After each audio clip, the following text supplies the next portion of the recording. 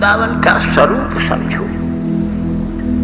ब्रजे ब्रजा, ये ब्रज जनार्तिहन वीर योषिताम निज जनस्मय ध्वंस नस्मितो भज सखे भवत किंकरी स्मनो जल रुहाननम चारु दर्शया।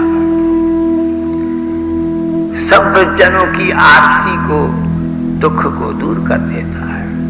यहाँ और कोई माथे का दर्द, पेट का दर्द, छाती का दर्द, दिल का दर्द, यहाँ काम का दर्द, क्रोध का दर्द, लोभ का दर्द, मोह का दर्द, अहंकार का दर्द, आसक्ति का दर्द यमुना के जल से धुल जाता है। गिरिराज जी की चरण रज की बल्लम से आलेपित होने पर निवृत्त हो जाता है। प्रवृत्तियां परिवर्तित हो जाती है, अंतः जागृति संपन्न हो जाती है। जीव जो है सुकृति से संपन्न हो जाता है। व्यक्ति एक व्यक्तित्व के रूप में श्री वृंदावन रस माधुरी के सेवन का सतपात्र बन जाता है। इसलिए जयति तेजी कम। हे वृंदावन तुम्हारी जय हो, हे ब्रजमंडल तुम्हारी जय हो। वृंदावनम सकल पावन पावनेस्मिन् सर्वोत्तमोत्तम महामहिमन्यनन्ते सर्वोज्ज्वलोज्ज्वल दुदार मतिष्ठदास्ते सर्वाद्भुताद्भुत महारसराजधाम्नि। संपूर्ण रस महासाम्राज्य की राजधानी इस वृंदावन में आए हो तो बंधुओं केवल तीन ही काम करो, नाम जप करो, हरे कृष्ण हरे कृष्ण। निंदा स्तुति मत करो, किसी की चर्चा मत करो, किसी का दुस्संग मत करो। कहीं एकांत में बैठ के, तभी तो भागवत इतनी हो रही है कि सुनो, कोई ना कोई कथा तो सुन करके तुमको याद हो ही जाएगी। उसी का मनन करो, चिंतन करो, चिंतन करो, मनन करो। वो घड़ी बोल रही है कृष्ण कृष्ण हरे हरे बोलो। तो इसलिए यहां रह करके गोपी गीत में कहते हैं कि हे वृंदावन तुम्हारी जय हो। अगर बाहर के ज्ञानियों से पूछो, अरे नाम से क्या होगा, नाम में क्या धरा है, खाली कृष्ण कृष्ण कृष्ण कृष्ण पागल की तरह बकते हो। तो यहां से पूछो, एक कृष्ण ही ऐसा कि तुम्हारी भीतर दुख ही दुख है, समस्या ही समस्या है, प्रॉब्लम्स हैं, स्टेज हैं, ग्रीवियंसेस हैं, सॉरोज हैं, वरीज हैं, कितनी ट्रबल्स हैं, कितने कितने प्रकार के तुम्हारे सामने व्यवहार हैं। लेकिन यहाँ की मस्ती में आकर के कभी एकांत में रहो, यमुना में स्नान करो, गिरिराज का दर्शन करो, किसी संत के चरणों में बैठ करके, रसिक संत के चरणों में बैठ करके सुनी हुई कथा का स्मरण करो, उसी की आवृत्ति करो, उसी में अपनी प्रवृत्ति करो, निष्पत्ति के रूप में उसे चिंतन के पक्ष में स्वीकार करो। तुम देखोगे करोड़ों वैकुंठों का आनंद भी इस वृंदावन के आनंद के कण की तुलना नहीं कर सकता। लेकिन प्रोसेस तो होना चाहिए ना पूरा। इसलिए इस श्लोक में कहा जयति तेजिकम, हे ब्रज तुम्हारी जय हो। तुम यहाँ श्री कृष्ण भी धन्य हो गए हैं प्रकट होकर के। यहाँ निरंतर श्री राधा रानी विराजमान है, श्रेयस इंदिरा शश्वत रही शाश्वत रूप। और विरह में कह रहे हैं दैत दृश्यताम, हे प्रियतम दृश्यताम दृश्यताम।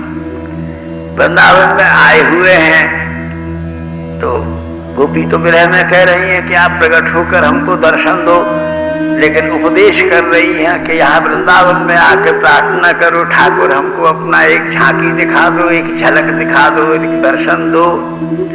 इस विरह में थोड़े तड़फो कल्पो, गिरिराज जी की तलहटी में दौड़ो, वृंदावन की रज में लौटो। हे श्याम सुंदर, हम आपके विरह में कातर हो रहे हैं, एक झांकी हमको दिखा दो।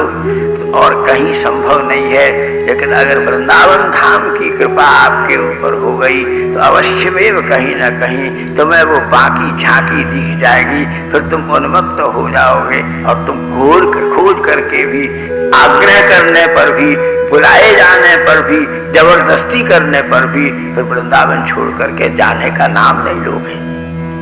अत्रैव यहीं चिरनिवास हो जाएगा। इसके पहले श्लोक में धाम की महिमा, नाम की महिमा, रस की महिमा, ठाकुर जी के किए हुए अनुग्रह की महिमा संपूर्ण शास्त्रों में वर्णित हुई श्री कृष्ण लीला की महिमा और उस लीला रस के आस्वादन करने वाले जिन्होंने उसे आत्मसात किया है उन वैष्णवों की परम महिमा, ये तो कूट श्लोक है, अद्वितीय अलौकिक अपूर्व श्लोक है। इसलिए जन्मना ब्रज श्रेत इंदिरा शश्वतत्र ही, कोई चिंता मत करो, किसी की जरूरत नहीं। अब तो ये शहर होता जा रहा है, बड़ी बड़ी कॉलोनियां बसती जा रही हैं। जब महाप्रभु पधारे थे तब तो आना भी बड़ा कठिन था, शेर चीता सांपों से भरा हुआ जंगल था। तब भी रूप गोस्वामी, सनातन गोस्वामी, रघुनाथ भट्ट, रघुनाथ दास और सब आचार्य पादों ने सब संप्रदाय के, निम्बार्क संप्रदाय, रामानुज संप्रदाय, मध्य संप्रदाय, वल्लभ संप्रदाय, सबकी यहाँ पीठ है, सबके आश्रम है। सब रात दिन बैठ करके कृष्ण भजन करते थे।